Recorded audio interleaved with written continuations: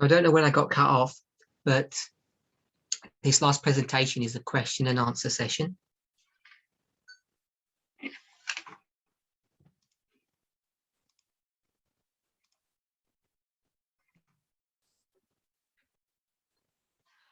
And as I said initially, I won't be able to answer all of the questions.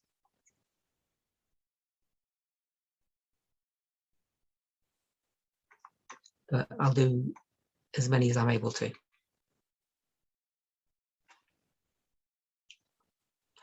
Before I begin, I'd like to make an apology.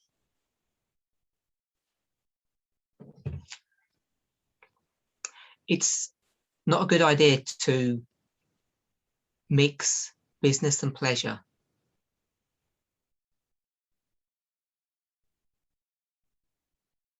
Friendship and our professional organizational interaction with one another.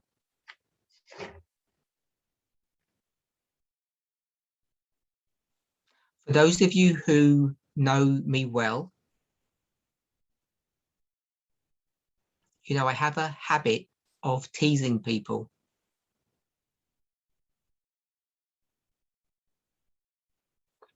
Particularly my friends. I have a close working relationship with Shemaine. And during the presentation yesterday, I teased her publicly.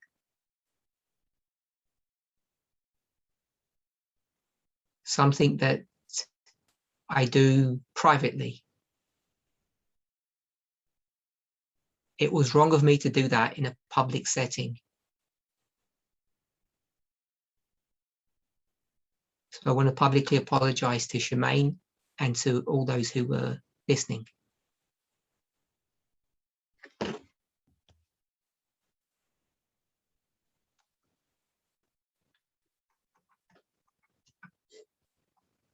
Moving on to the questions.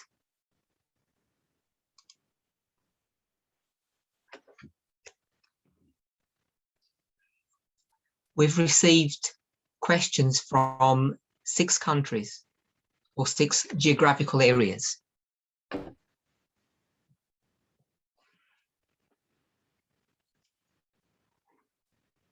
I will try to put the questions on the Zoom forum so people can see, so the translators can read them.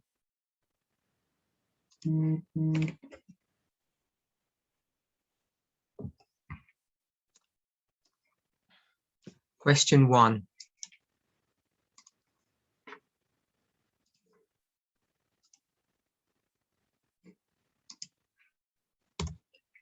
Have we reached a 50-50 balance of men and women in leadership roles yet?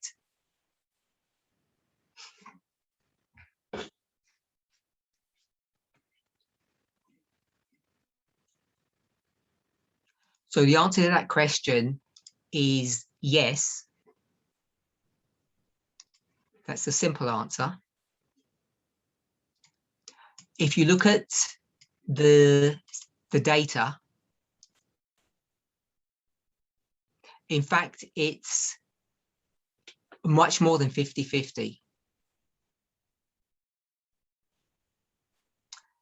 Currently, if you look at the top level of leadership in this movement, which is continental leader and up,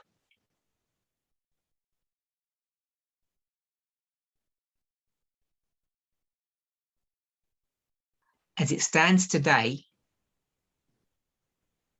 because we have one of our leaders on a sabbatical,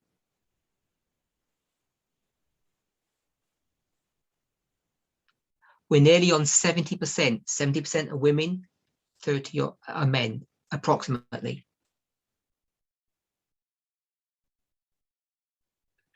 When that continental leader comes back to work, it will, I think, be around 60-40, 60 men, 60 women, 40 men.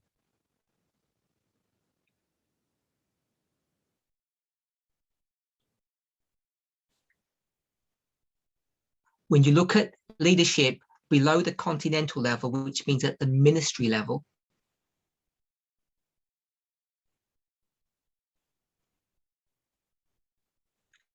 I think we're at around the same percentages.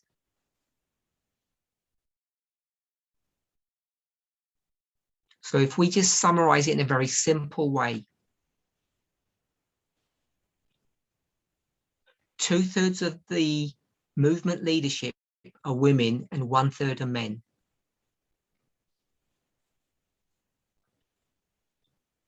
So I don't know if that's a surprise to people.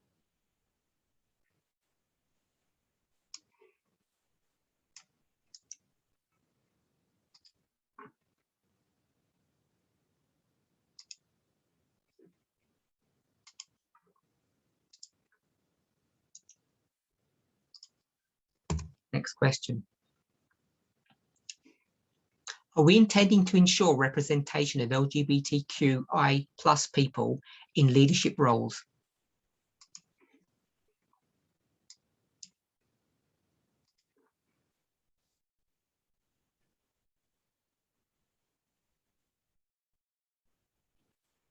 The simple answer would be yes, but there are difficulties to executing or putting this thing into effect.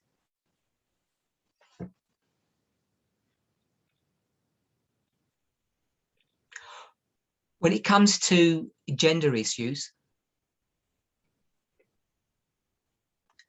we don't just put any men or any women into leadership positions.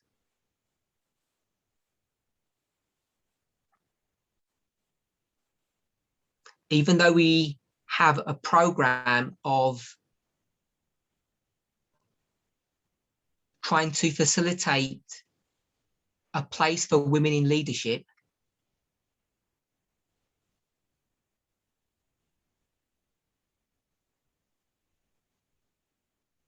you have to choose women that are willing and able to do that work.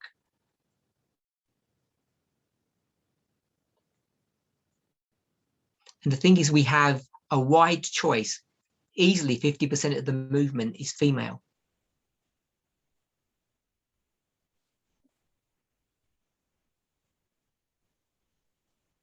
So the problem is we have not identified all of the LGBTQ community.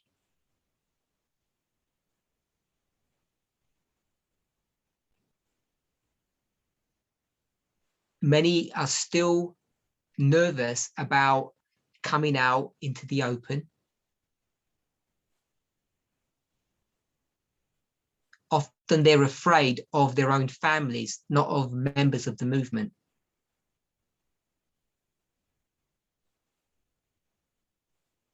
And then would have to consider their willingness and their capability.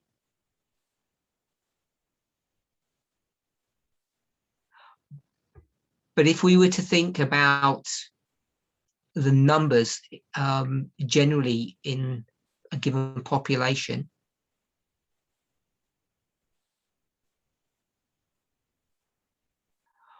we're never going to have that many people in leadership positions who are LGBTQ.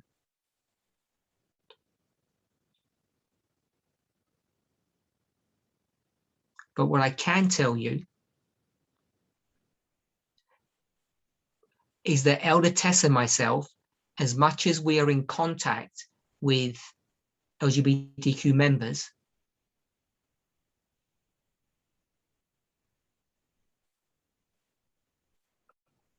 we do speak to them and we do listen to their concerns and needs.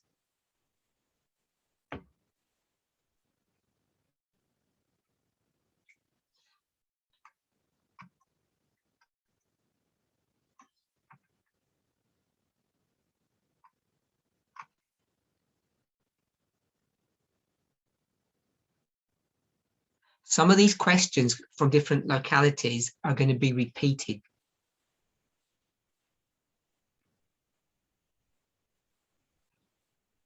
So I apologize if I inadvertently repeat myself.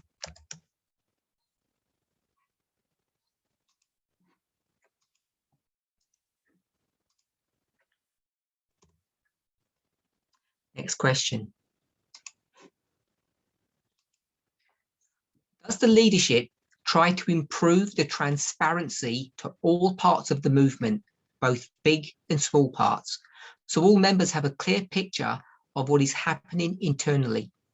In the past, it happened sometimes that we were not aware of certain weekend meetings, or for a long time, we haven't even been informed about what ministry is responsible for our part of the world. And sometimes we hear things in presentations that we haven't been aware of.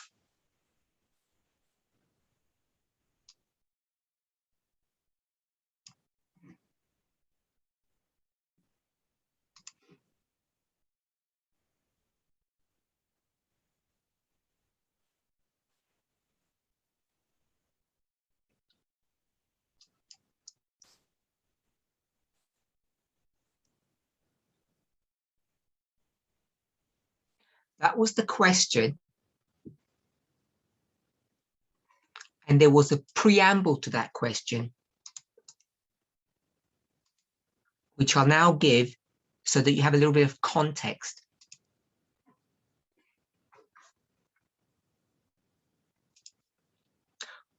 We are part of a worldwide movement, but still a small movement.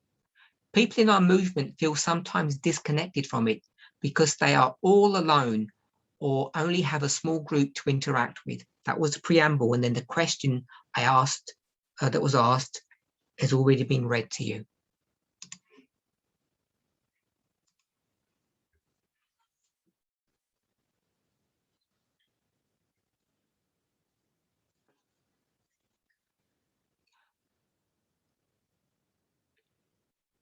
This question of transparency is something that has been asked for many years now.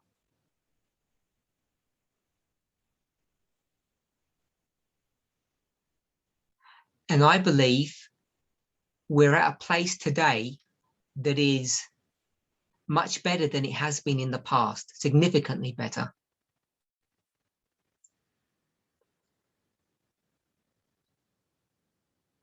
This questioner is part of a group or part of an area that has very few numbers. So this person is, I believe, one that's feeling disconnected because they're part of a small group.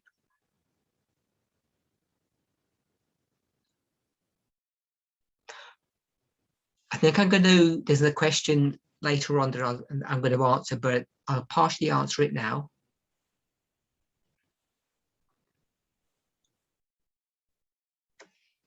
Earlier this year, I did, I think, 2 presentations on the organization of this movement.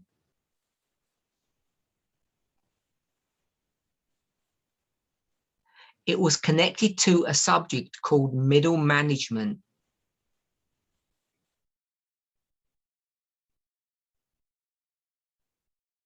Since that presentation was given to the present time,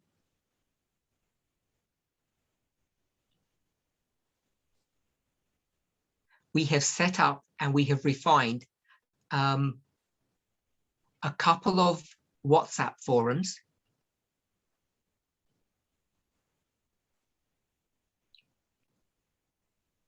And even before that series of press, the media broadcast was already up and running.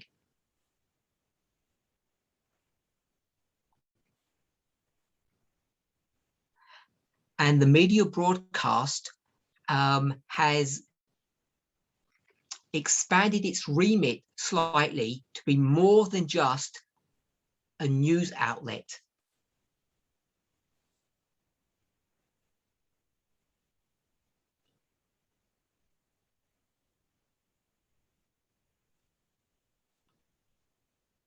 Where we feel it is relevant and important,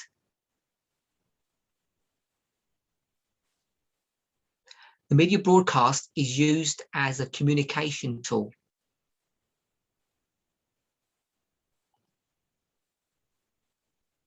Now, coming back to those two groups that I mentioned, those two WhatsApp groups,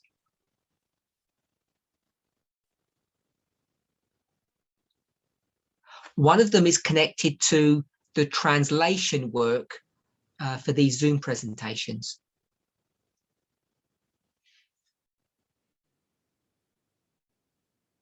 So you'll hear speakers in our studies often talk about putting something onto the Zoom forum.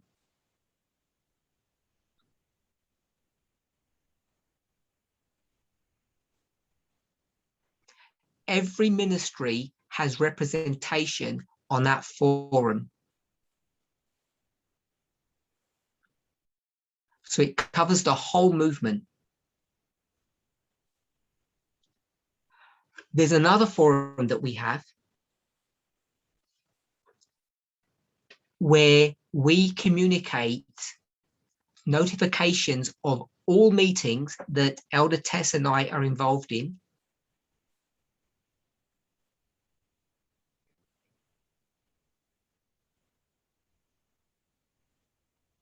to the leaders of every ministry in the world.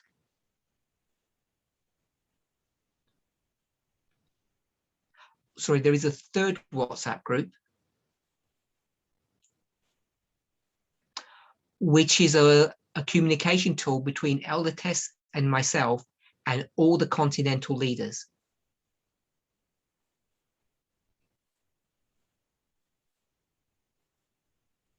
So let me summarize all of that. We no longer have a situation where any ministry is not aware of an upcoming camp meeting.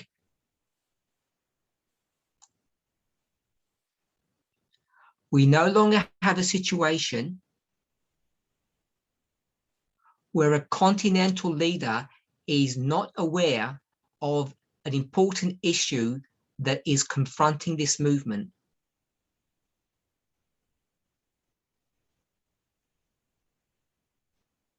Those leaders at those two levels that I've mentioned, continental and ministry,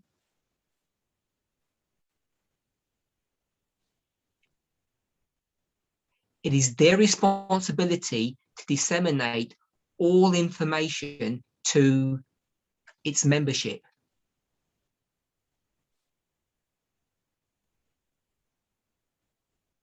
Depending upon the locality, the continental leader may do it directly or do it through the relevant ministry.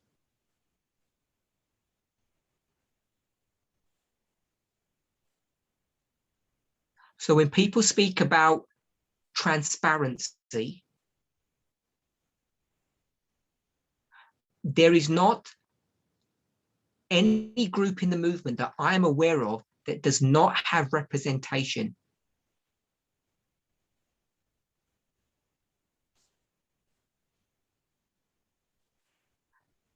I said all of that sentence as double negatives. Let me rephrase it simply.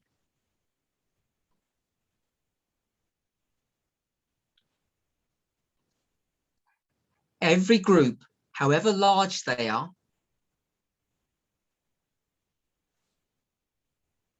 or however small,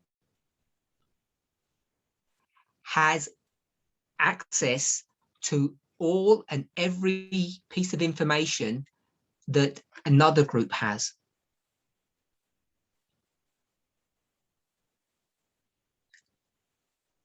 The institutional setup is there.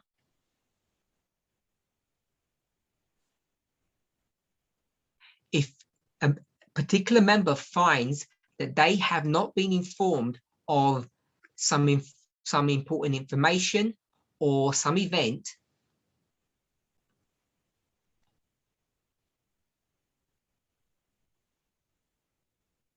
it's not a failure of the organization.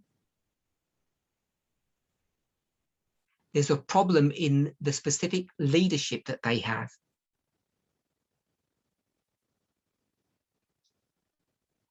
And so if you're experiencing this, you need to go to your relevant leaders and complain.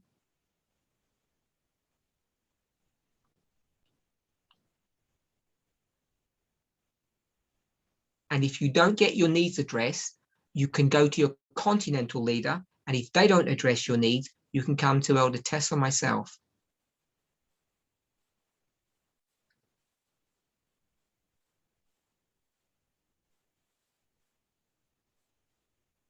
So I believe the movement, whilst not being perfect, is transparent.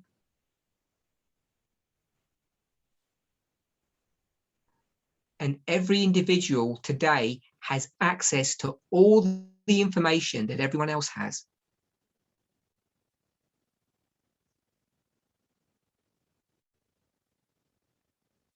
So the questioner then says,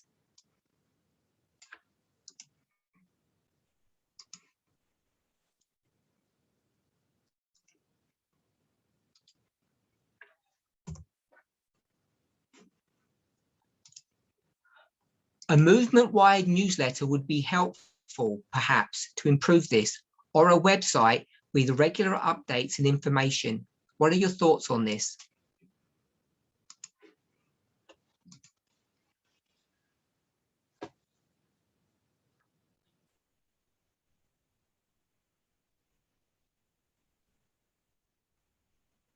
At the moment, we don't see any value in having a newsletter or a website.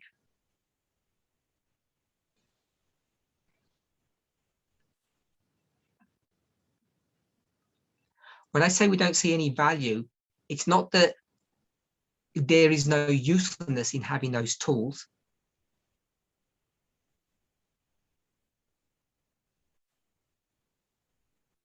It's that those tools in our current organizational structure would not give any new or additional information than you're already receiving.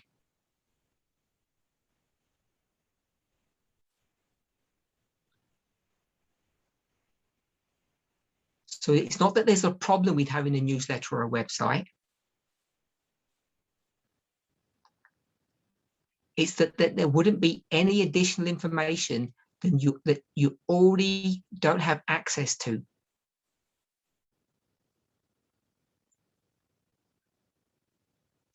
If everybody was doing their job properly.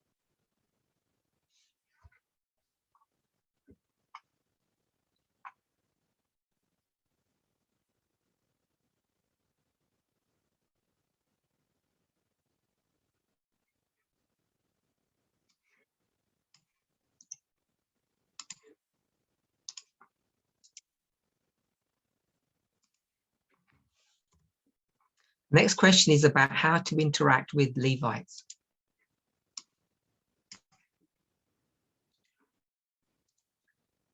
Is there a playbook, or would it be beneficial to have one for how to reach people with our message outside of the movement, starting with the Levites? A playbook that, for example, describes what subjects and in what order the message should be brought.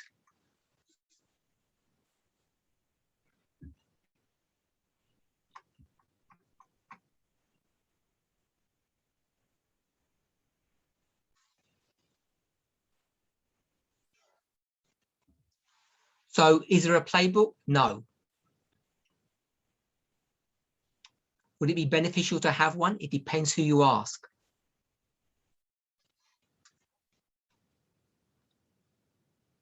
So I'll give you my personal opinion on this.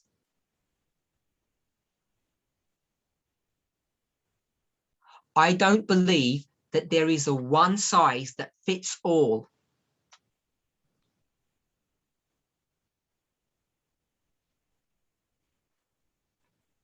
In the years that I have been teaching, which is quite significant,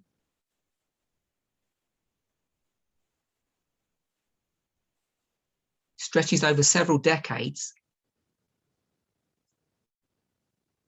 I have never found that a set playbook works.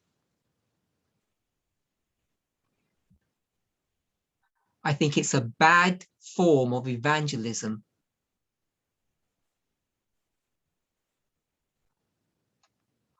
One-to-one evangelism, which is what Jesus did,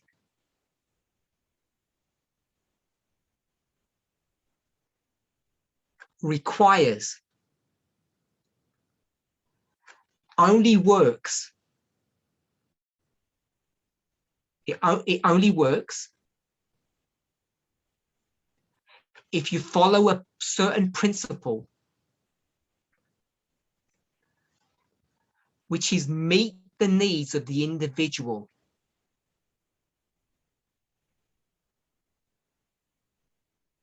So if we're talking to a Levite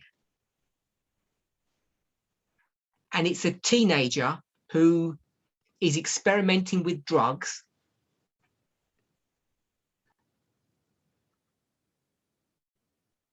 or it's an abused wife,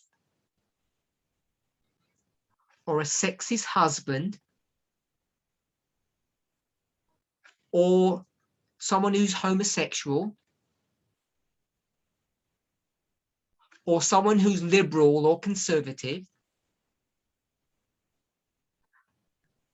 they all have different needs. They all have different concerns.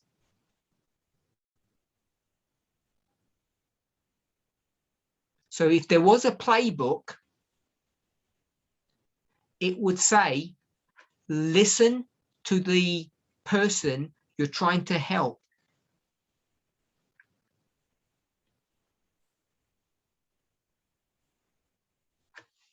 A friend of mine would call that winsome witnessing. Winsome is 2 words. It means be warm and thoughtful and kind.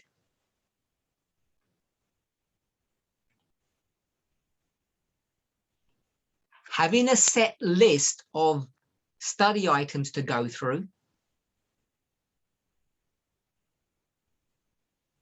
will definitely not meet the needs of the individual.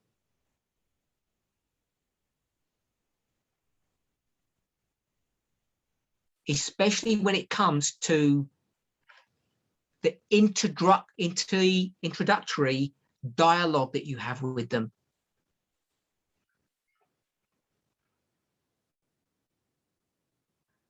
Now, when it comes to playbooks, which really means a set sequence of studies,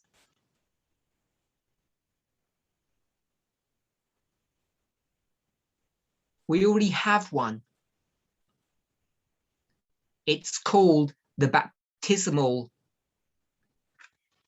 we'll call it the baptismal guidelines.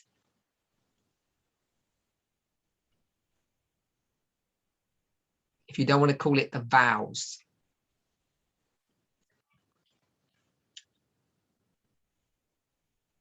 And the reason why that playbook is useful, first of all, it's comprehensive. And it goes through things in a fairly good order.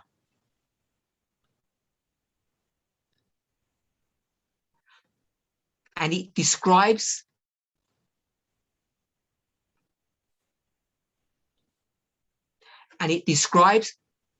a comprehensive statement of our beliefs.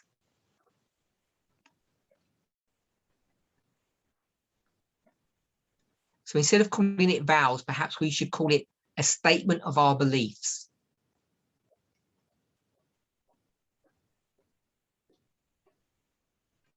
And we would expect everybody and anybody joining this movement to go through those baptismal classes.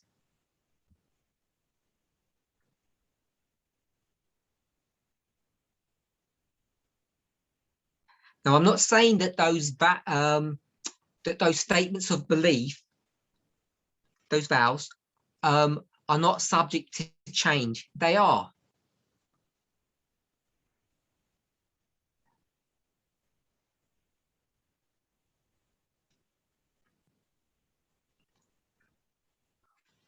we almost certainly need to modify or adjust some of them and add some.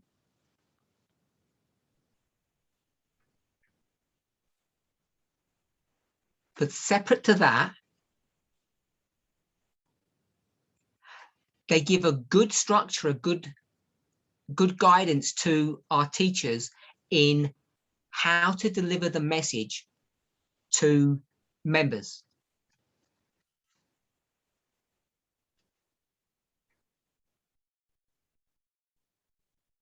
Whether they're Levites or Gentiles.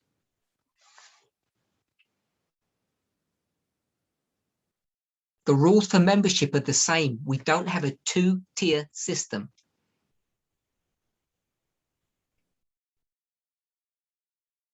I think it's a misreading of inspiration to suggest that in the New Testament there was a two-tier system in the church of Ephesus.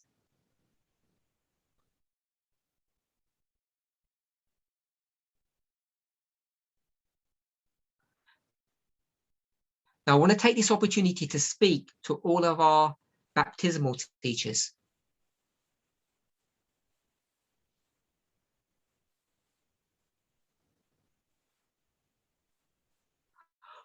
We know, you should know, the strengths and weaknesses of the statements of belief, those individual vows, how they're written and what they say.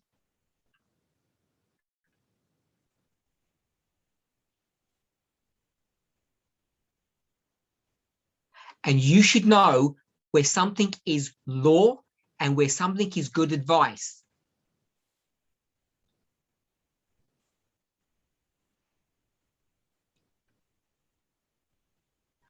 So when you teach one of your students,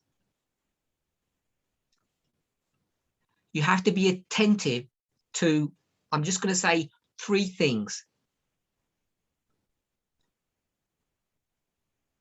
We'll say 4 things, but there are more. Some of the language of those statements is out of date.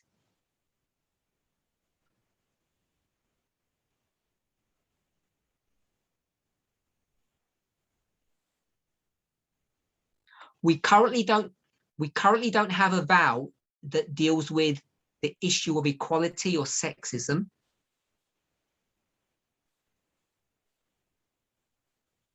Some vows are law and some are good advice.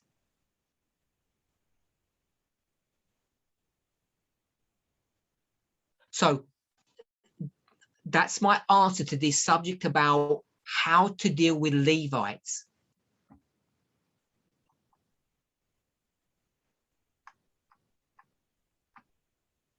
Introductory discussions should meet the individual needs of the person.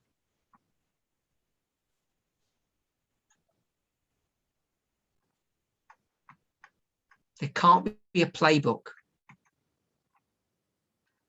But once they decide to join the movement, then there are already set procedures, a playbook, if you like, that guides how we should dialogue with them.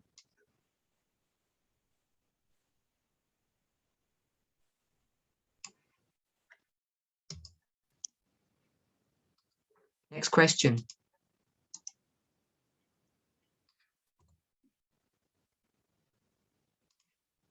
Following the presentation on organization at the international level, I would like to know what is the situation at the moment?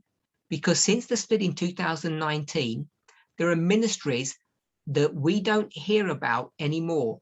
So what is the new mapping of the movement internationally?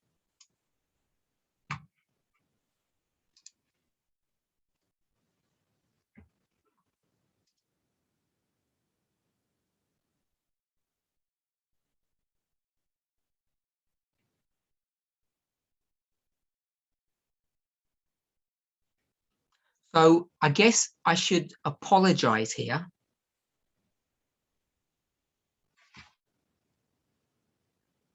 Because I didn't have the opportunity to go back to the questioner and ask for some more details.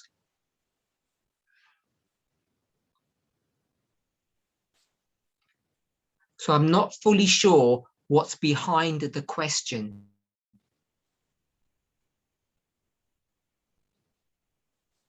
Since the split in 2019,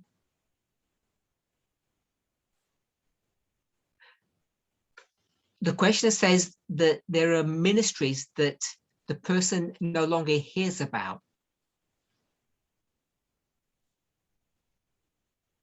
So I'm not sure what the person is referring to or who they're referring to. But the questioner speaks about a reference point, which was the presentation of organization that I did, I believe, at the beginning of this year.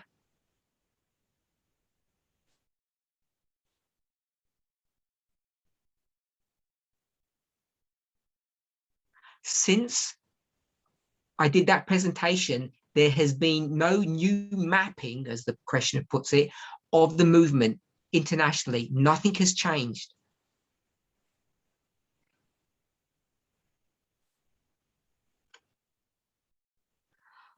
I think it's fair to say that there may have been some slight refinement, but even since 2019, there's been no real substantial remapping or change in the movement.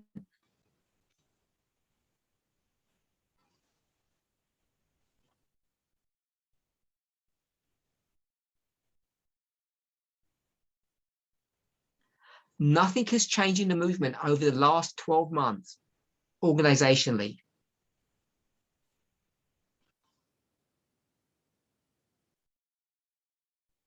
Now, some groups, some ministries have split, many members have left.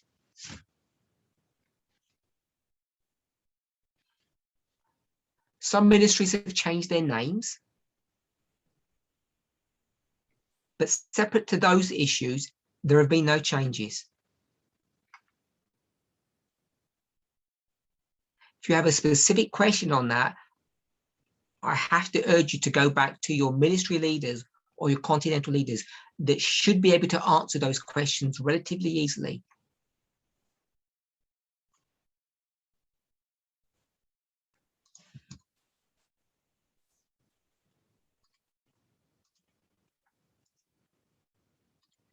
Next question. Are there any new perspectives or new views on baptisms?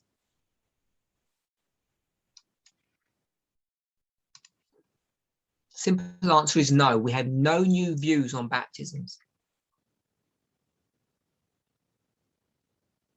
Now, again, I'm not sure why this person is asking this particular question.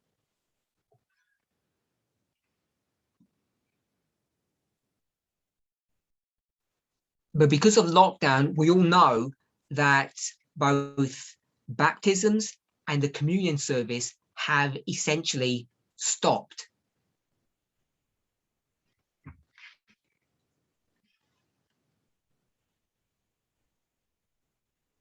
But already in certain areas where local leadership feel that it is safe,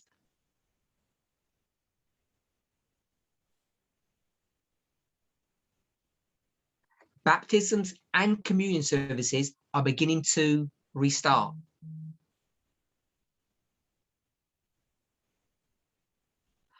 So two areas that come to mind immediately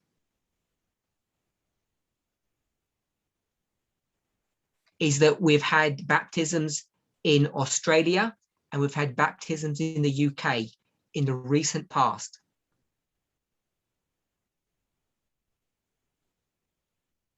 I'm not saying they're the only areas, but they're two that come to my mind immediately.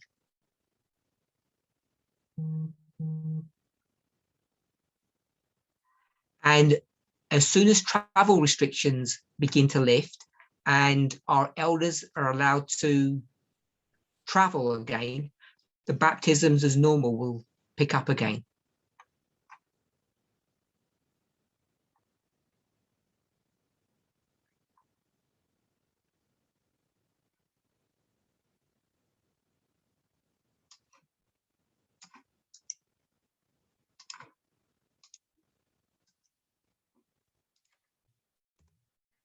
Next question. Should people who have not gone through baptismal classes be allowed to call the Levites?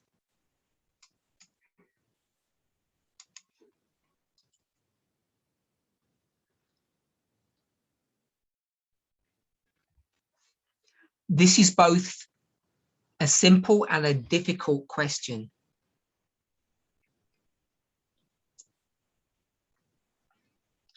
The simple answer is we don't restrict anybody from doing anything. We can't.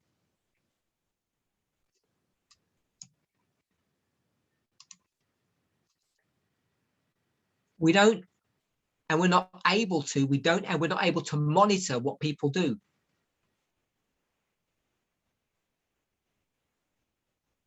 And if God or Providence puts you in a certain place at a certain time with a certain person, place, time, and person, then you have to move forward.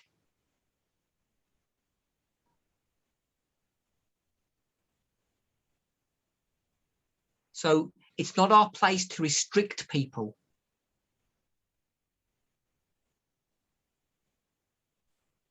You should know that some of our baptismal teachers are not yet baptized.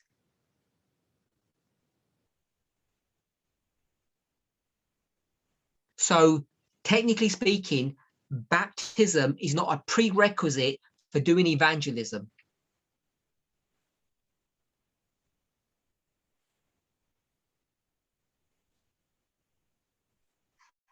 That's the easy answer. The more complex answer is that in a certain area, in a certain situation, we would not want certain people to represent us.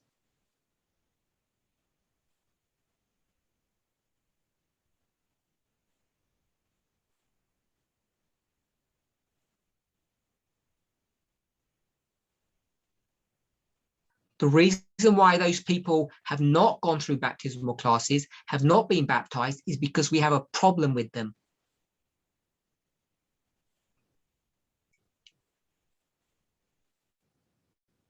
They're independent atoms. And we would not want them calling the Levites into this message. But the questioner asked about being allowed. The problem with that is those types of people do what they want without asking permission.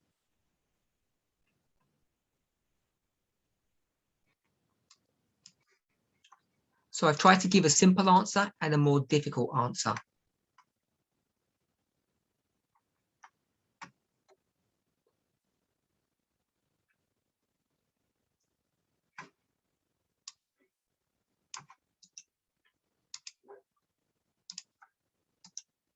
Next question.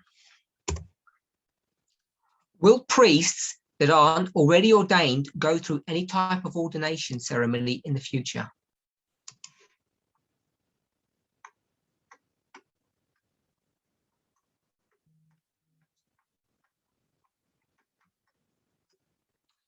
Simple answer is yes, they will. We currently only consider or only are considering baptizing elders.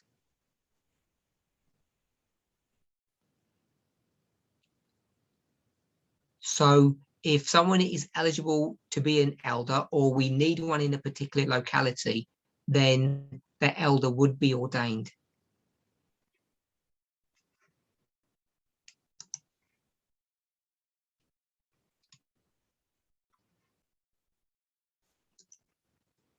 Next question. This is in 3 parts. Every organization has a name. What's the name of this movement?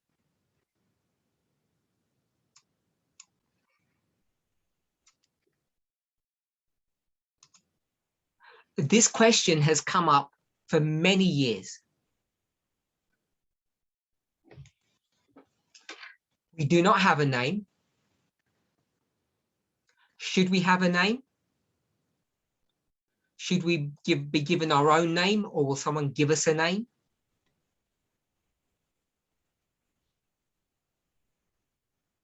We have grappled with this question for a long time.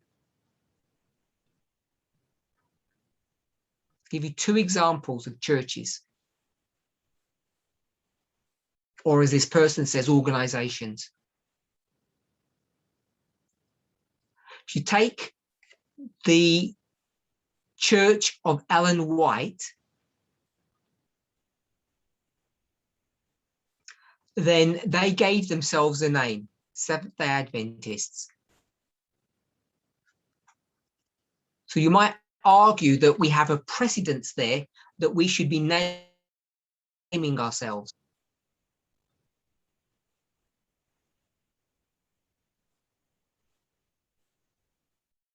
Now, if you look at the New Testament model, they were just as organized as the Seventh-day Adventist Church, very structured.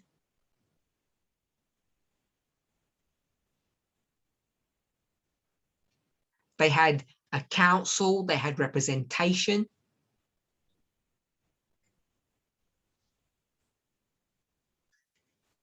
They had all the infrastructure that we have. As far as I'm aware, they did not have a name. So maybe that would be the precedence, that we don't name ourselves.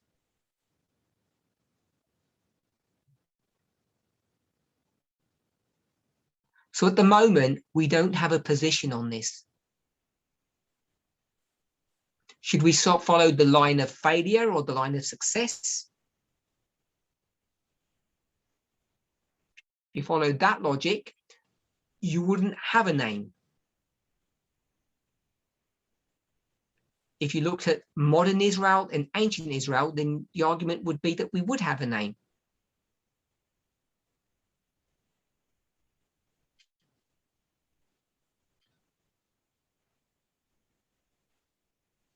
Next question. Oh,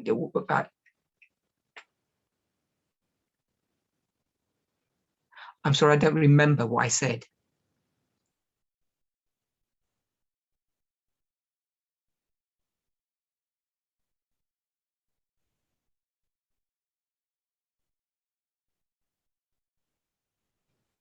Next question. Are we Seventh-day Adventists or are we just Sabbatarians?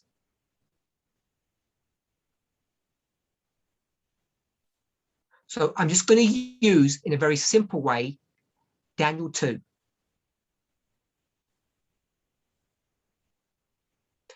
In our generation at the end of the world,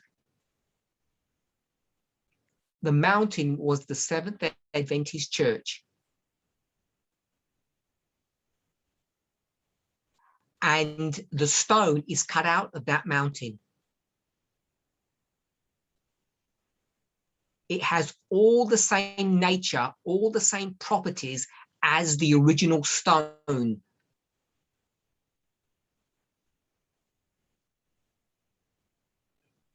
I've discussed this at length in studies that deal with Caesarea Philippi.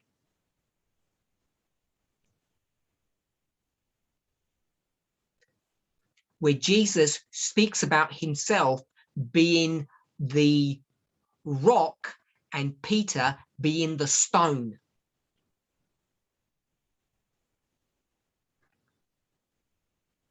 It's the same analogy. So we are Seventh-day Adventists. We're not just Sabbatarians. Are we connected to the conference structure? No. Will we ever be? No. Those who are part of that fallen structure need to come out.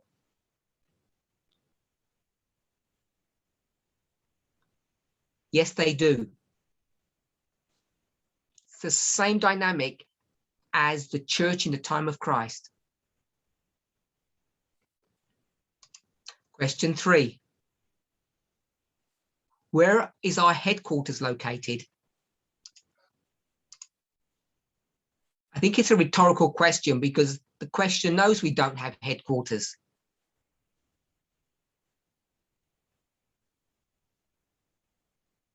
The two leaders of this movement live on opposite sides of the planet.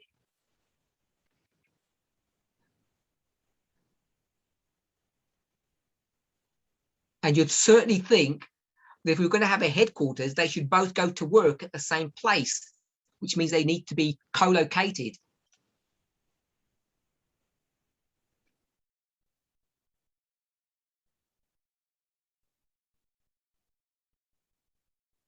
All of this leads you to understand, hopefully, that this worldwide movement doesn't follow the plans and models of human thought or human ingenuity.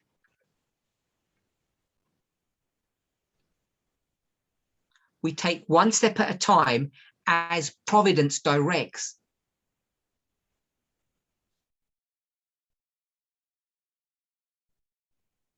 The headquarters of an organization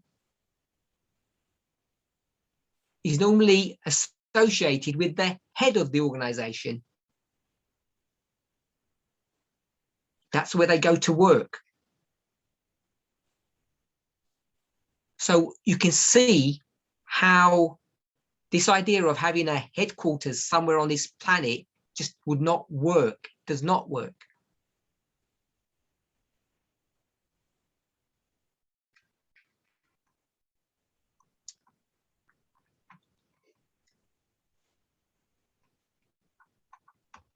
Next question.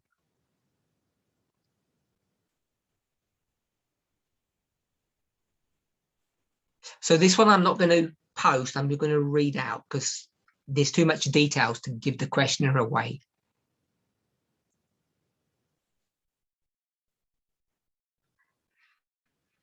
This person works in an organization, a company,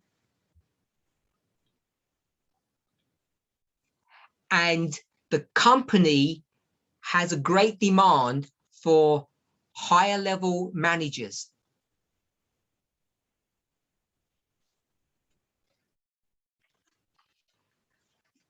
Senior staff.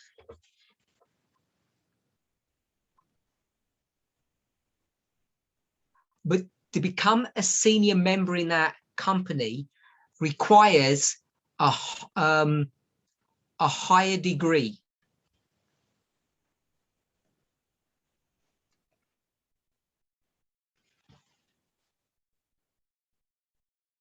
A master's, if we're all familiar with that concept, which is a postgraduate qualification. Now, I'm going to give some information away.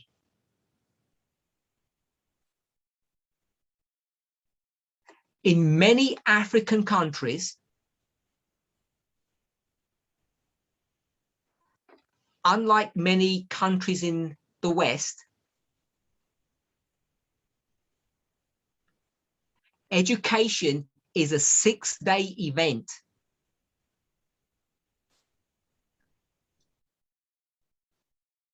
So you're required to attend your course on the Sabbath.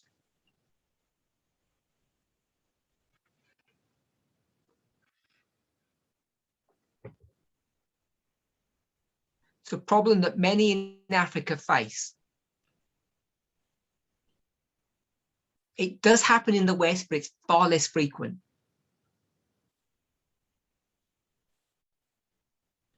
So the question is obvious. The person wants promotion. The company wants its staff members better educated so they can be promoted.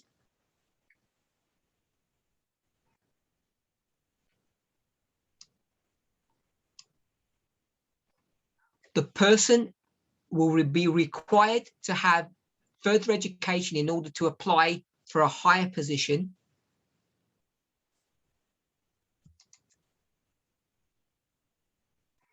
The master's degree requires that they attend lectures on.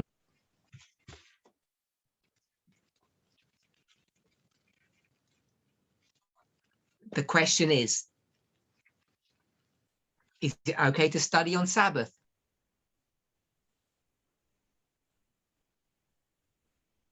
Now, if I slightly adjust this scenario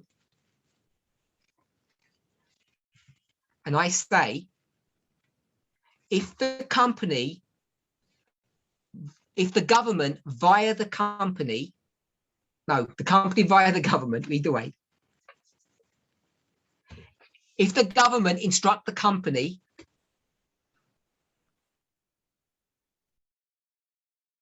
that the company needs to operate on Sabbath by law,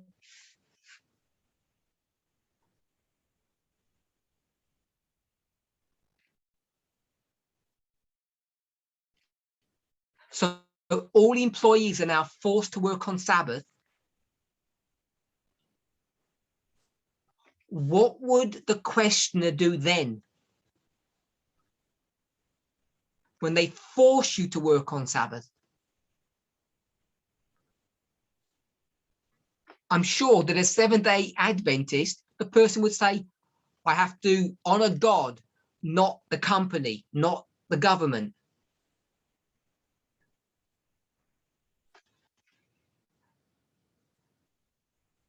Remember the baptismal vows. Some are good advice and some are law.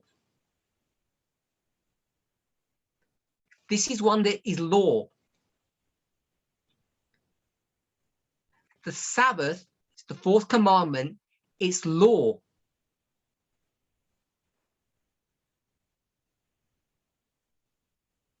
What I don't understand, and I'm not criticizing this one person,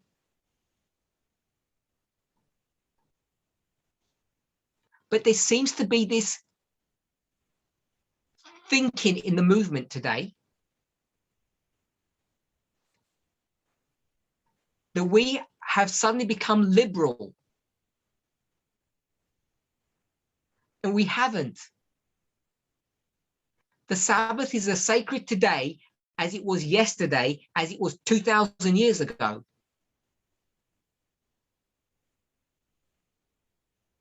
As it was at creation. If a person wants to break Sabbath, they're free to do what they want.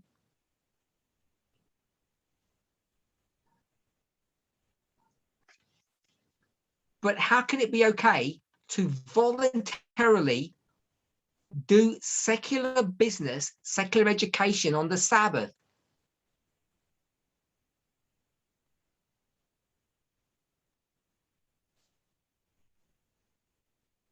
It's breaking the Sabbath.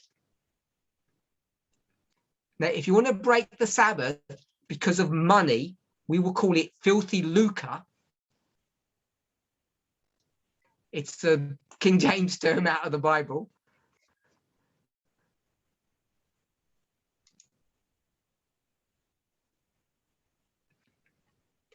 Bad money, evil money.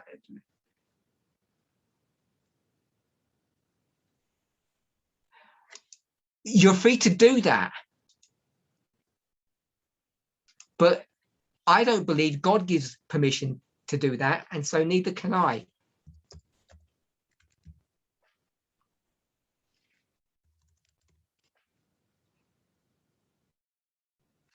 I'm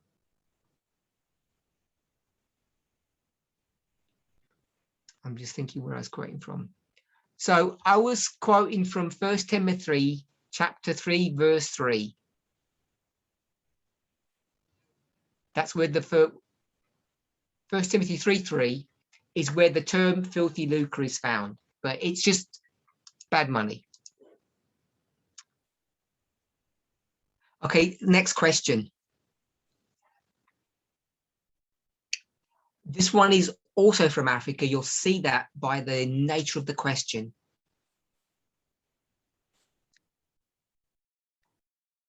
This is dealing with dowry. The person married before the subject of dowry became a test issue in our movement.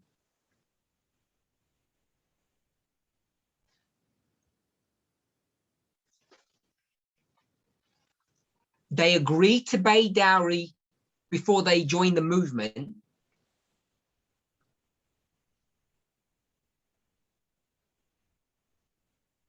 And they've got some remaining dowry left to pay. The balance. What should they do? So we've already addressed this question.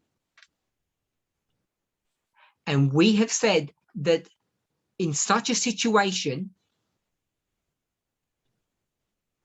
things need to be considered case by case.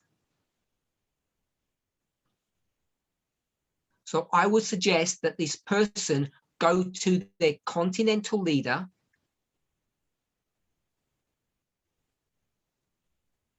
lay out the details of this situation to them, and get their advice and counsel.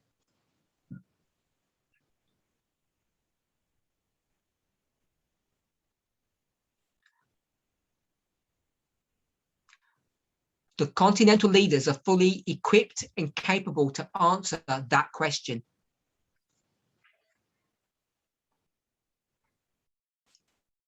Because it's not new, it's something that we've dealt with already. But it's on a case-by-case basis. So another dowry issue. The person understands the issue of dowry, but the person's family who are not in the movement don't understand it and don't accept it.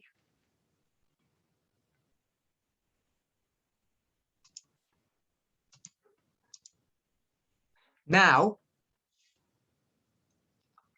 this shows the sexism in the thinking of the questioner.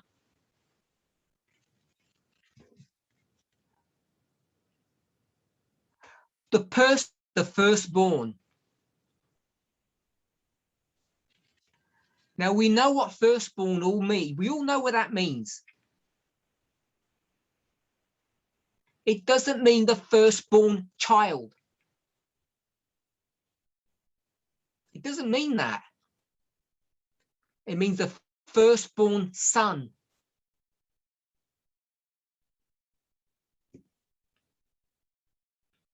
A child and a son are not the same thing. A son is gendered, a child is ungendered.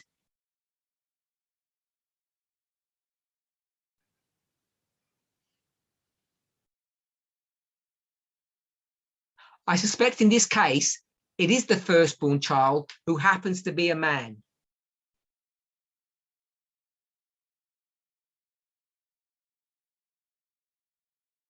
But this idea comes from the Old Testament, and all the girls are excluded. It's only the firstborn boy that is of interest.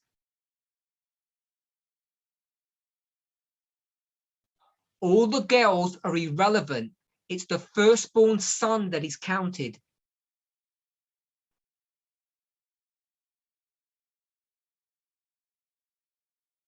So this eldest son is the one that's always consulted when the other siblings are about to be married.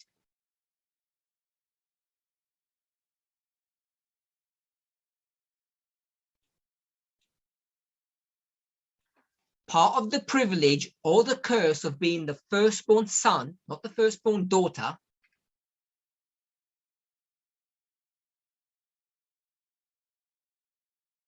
is that they're not only required to give advice and counsel on this marriage of their sibling,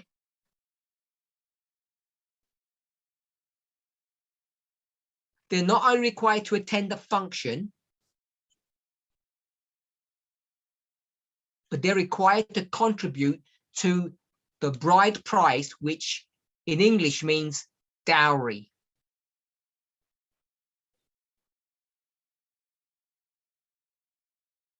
And as you would guess it, this person has got siblings, brothers, because he's only dealing with the brothers, because they're the only ones that have to pay dowry.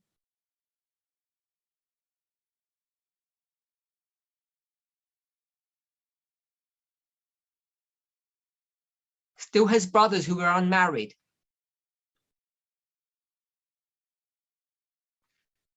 What is the person supposed to do?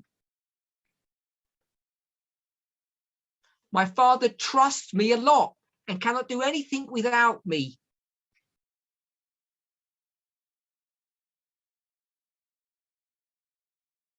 The simple answer is choose whether you will serve a man-made structure or whether you will serve God.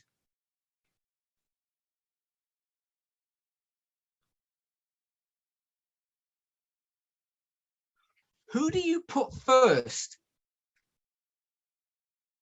When your family, your bloodline, want to call upon you and prioritize you,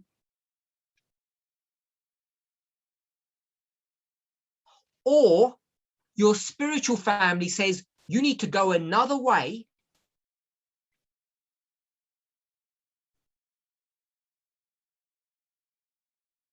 when your blood family says you owe us,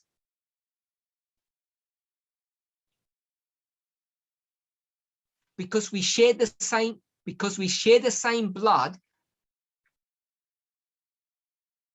the answer has already been given in inspiration. Jesus says, these are my brothers, these are my sisters, these are my mothers.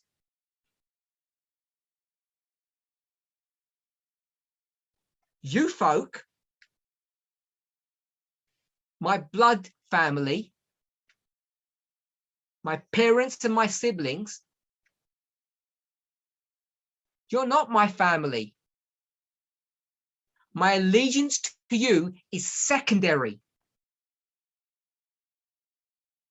Is it better to serve God or to serve humans? Many people have been thrown out of their families, cast off.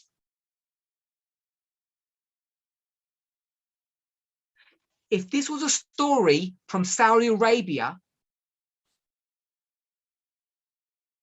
and we were to say, who are the good people and who are the bad ones? We would say, amen. We would be clapping for those converts.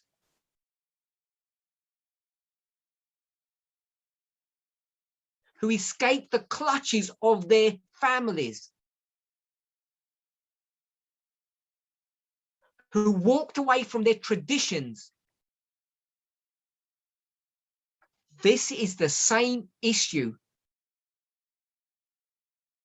It's painful, it's difficult, but it's necessary to follow God rather than your parents. And does it come with a price? A price that is too high for many people to be willing to pay it.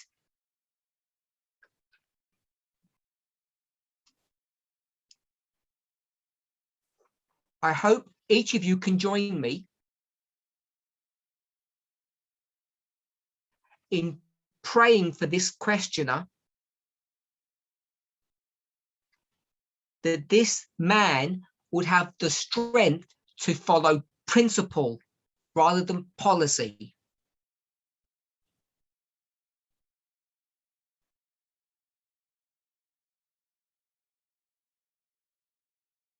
The person has the same situation that they need to be involved in his sister's weddings.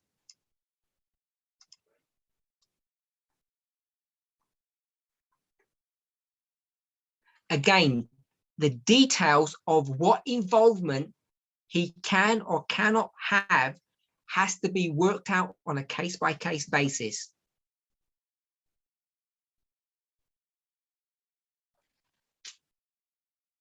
And I would urge this questioner to consult with the continental leader to get a specific answer to their specific issue or situation, specific situation.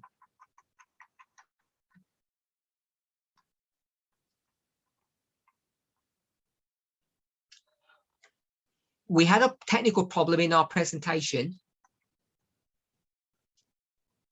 and we lost some time. So I need someone to give me a time stamp where I need to finish. Someone can just put that onto the Zoom forum, what time I need to finish. Next question.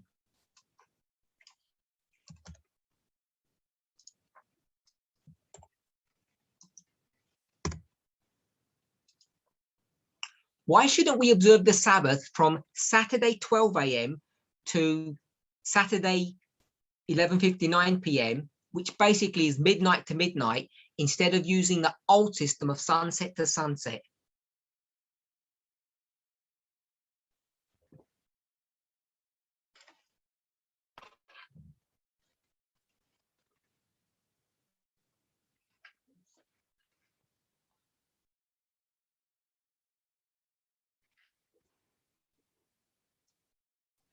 Because we follow the principles that are given in inspiration.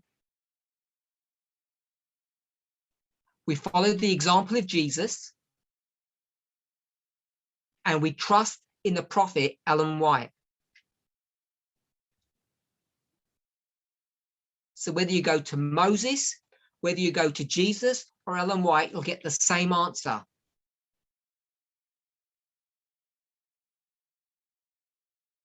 Sunset to sunset, not midnight to midnight. And the person calls it the old system. I call it the true system.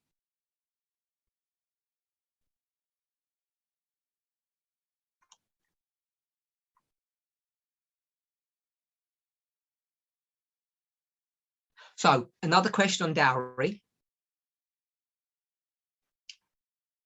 How are we going to deal with the dowry system, particularly in our country?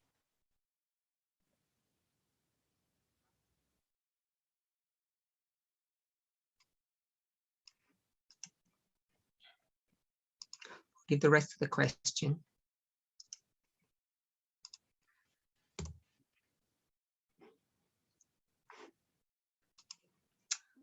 Dowry is one of the major cultures in the country that you can't avoid easily. How are we going to deal with the challenges when we decide not to pay? If the parents of the bride insist for the dowry, what are you going to do?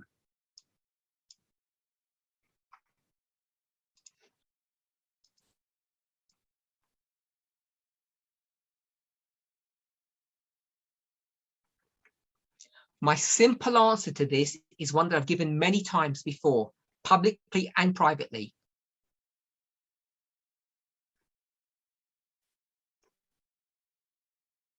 If you live in a place where you put yourself into physical danger if you're not going to pay dowry,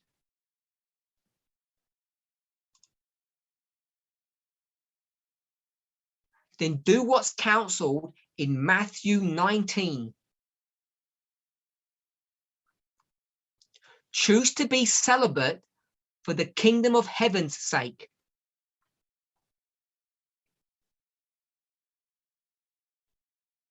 It seems to me that there are some people in our movement that have a fixation about getting married.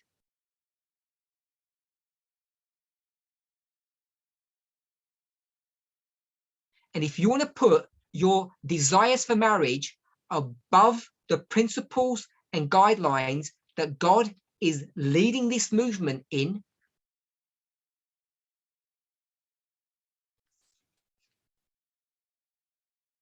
then go ahead. Pay your dowry.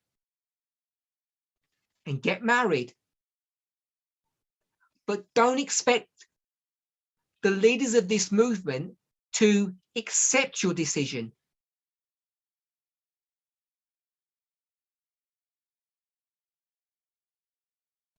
Either don't marry, or if you can't contain yourself, expect pain and manage it.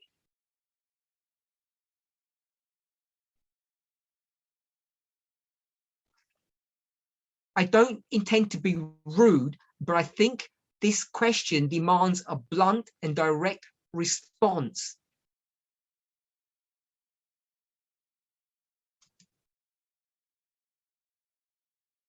If you can't get out of a dowry, just don't marry.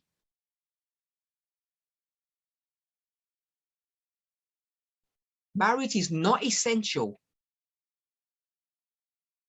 Honoring God is.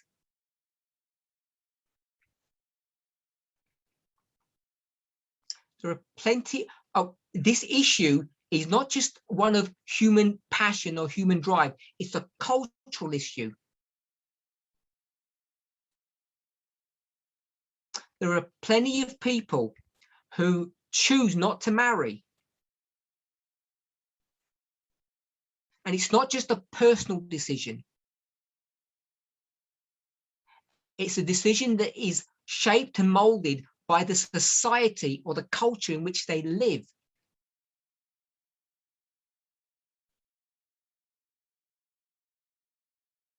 In certain cultures, it's acceptable now to marry at a later age and not an early age, as an example.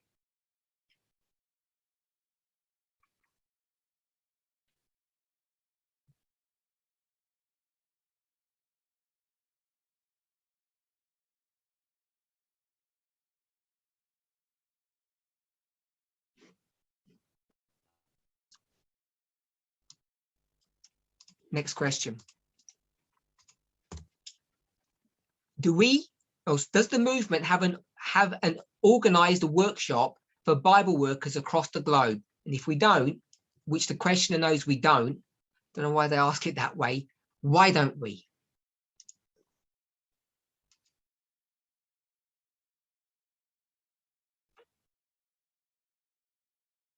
So the questioner knows we don't have one.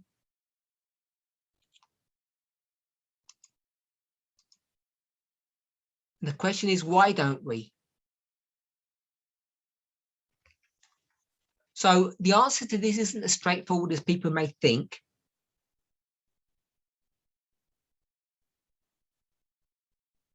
Because the question that I would want to ask is, who would run the workshop? And how can we have a workshop where all the Bible workers come together, because we cover so many time zones?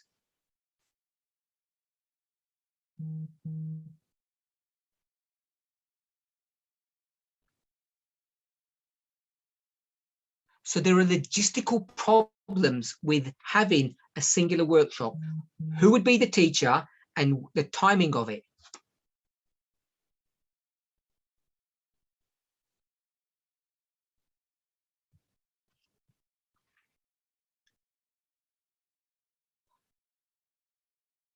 There is no philosophical reason why we don't or we shouldn't have some kind of workshop.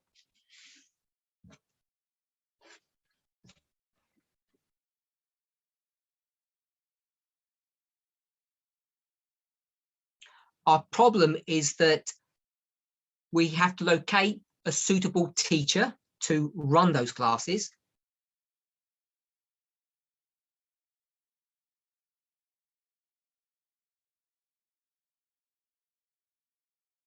We have problems with the timing.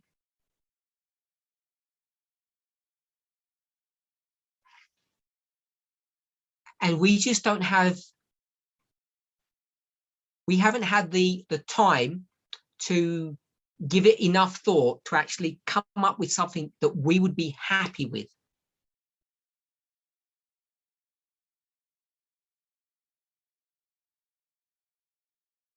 It's not a bad idea, but let me put it this way. I think it's better to do nothing than to do something badly.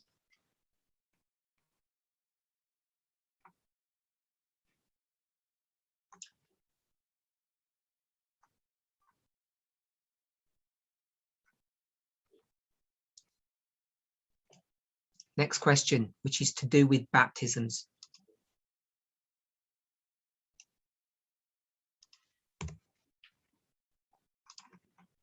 Why can't the movement leadership delegate temporary authority to someone, especially when there is a demand for baptisms or the ordinance of communion? Delegating power to people like the president of the ministry or the Bible workers in the ministry for the person to perform the ordinance when there is no elder to perform that.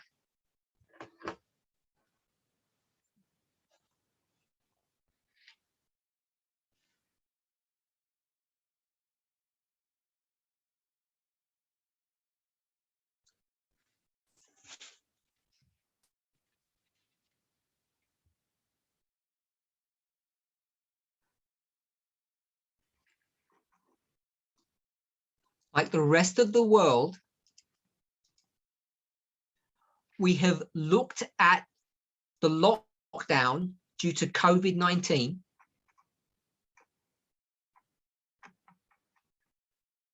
and expected it to be sorted out, to be lifted a long time ago.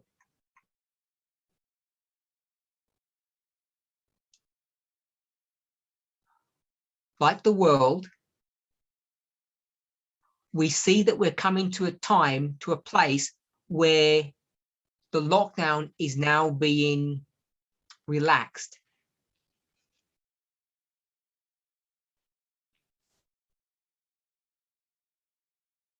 Baptisms are already beginning to take place and we see things improving rapidly.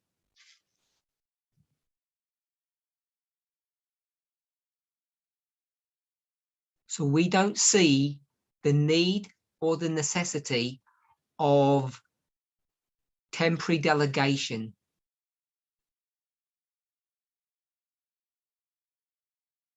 Nobody's salvation is in jeopardy. People who are ready for baptism, who are not able to be baptized,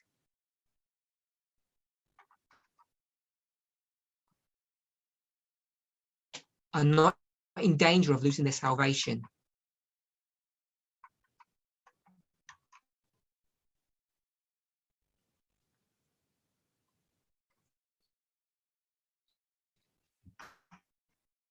There were several questions on money.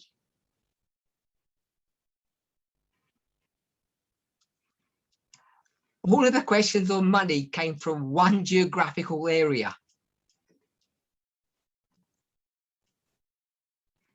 I won't tell you what that area is.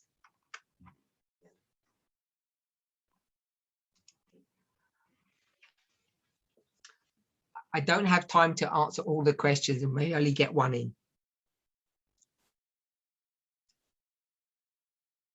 Do we have a central movement bank account where funds go and then are distributed as needed? If not, why not? As our funds are needed further than those we know. I have not posted it. Oh, sorry, I didn't press the button.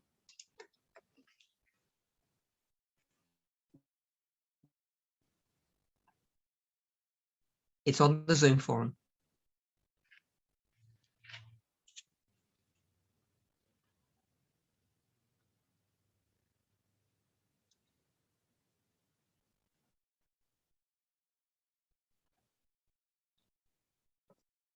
So this is another rhetorical question. I don't know why I get so many rhetorical questions.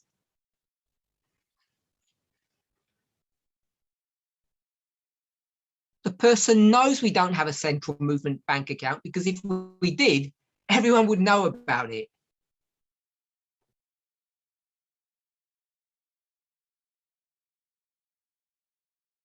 Because if we had a secret one, there wouldn't be any use on having it, because no one would be putting their money into it.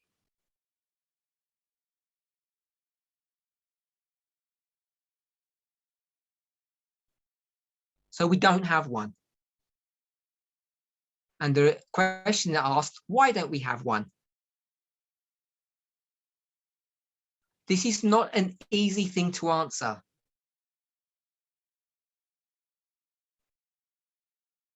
There are two problems, at least. The last time we had a central bank account,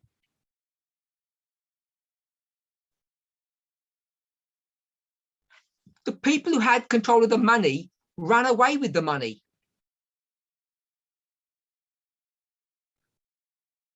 And that money was not registered in the names of individuals. It was registered in the name of a proper registered charity or ministry, and they still took the money.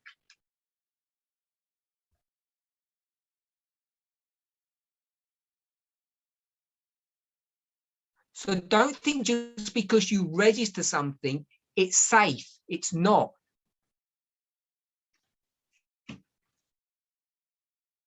I'll answer it in a different way. We have a model today of decentralization, not centralization.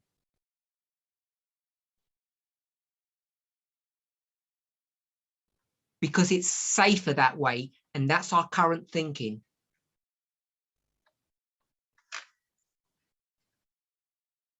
Secondly, if we had a bank account in one geographical area, we'd have to choose what that area was.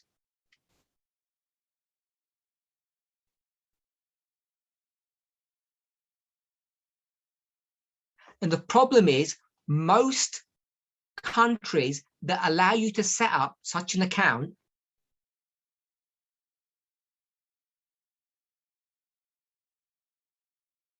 limit the way that you're able to use that account. And it becomes difficult to send money internationally.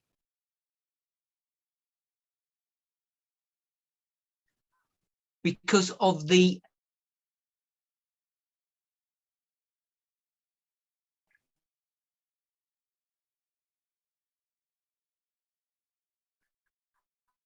money laundering rules that there are. Because of the money laundering rules that are in existence. So there are two simple answers. The last time we had a central bank account, money was stolen.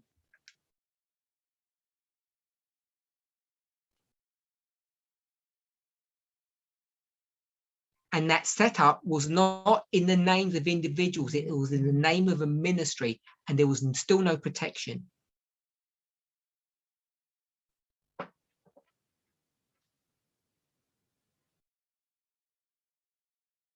And secondly,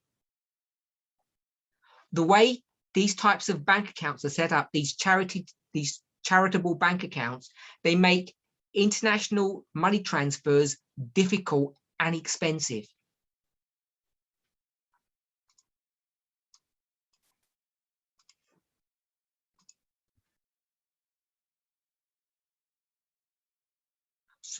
So what looks good on the surface, in reality, is not such a good idea.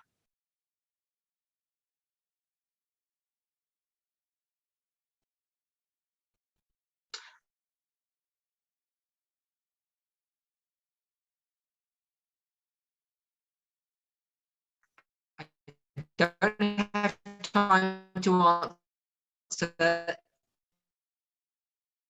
any other questions.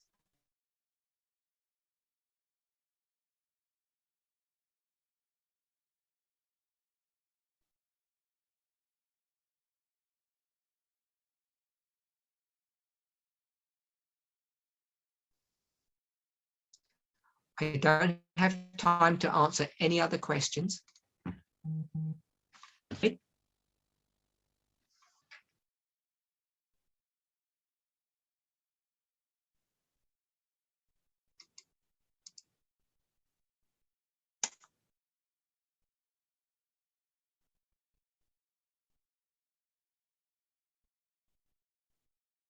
Hello?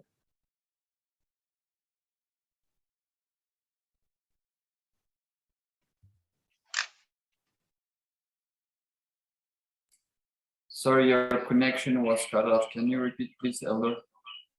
Is it okay now? Yes. So I want to repeat what I said.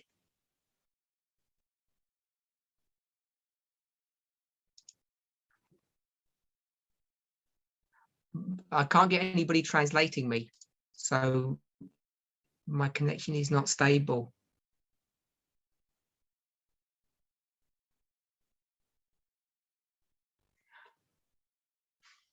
Okay, I said that was the last question I could answer.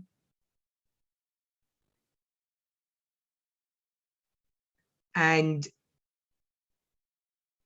people have said that they didn't understand what I have said. Our concern about having a central bank account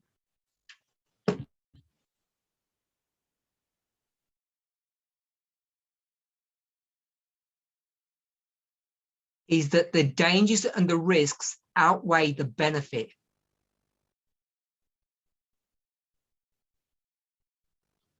It's not that we're trying to hide things or be secretive.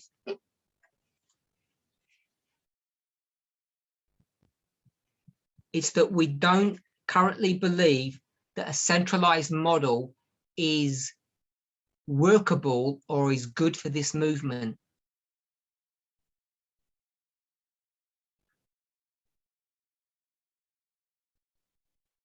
That may change in the future,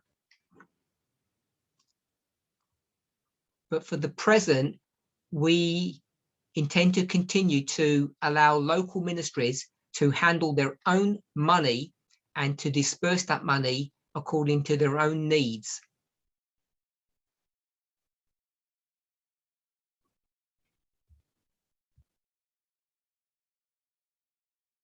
So I hope the answer to that question is clearer now. There were several other questions that I don't have time to address. And I want to apologize for the technical problems we've had today. It's as off-putting to me as it is to you. Let's close with prayer.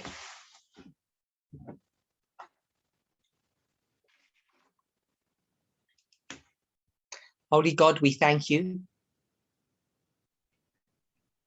Often we think we are in control of our own destiny. We think that the plans and ideas that we have are our own. Yet you have a mystical way of combining the human and the divine.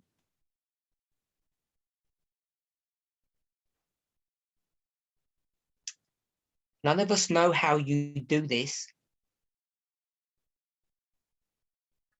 but your will becomes human and our will becomes divine.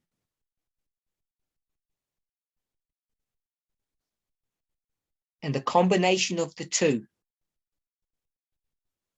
always results in your will being done, but often in the way that we would not imagine it to be done.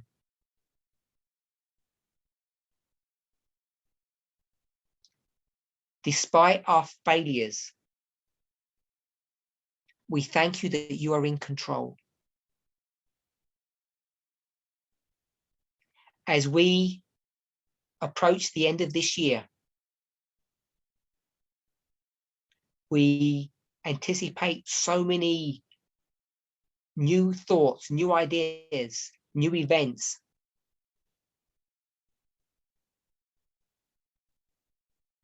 Please help each of us to understand you, to understand our relationship with one another. And like our forefathers, our foremothers, that we would put the kingdom of heaven before our own interests.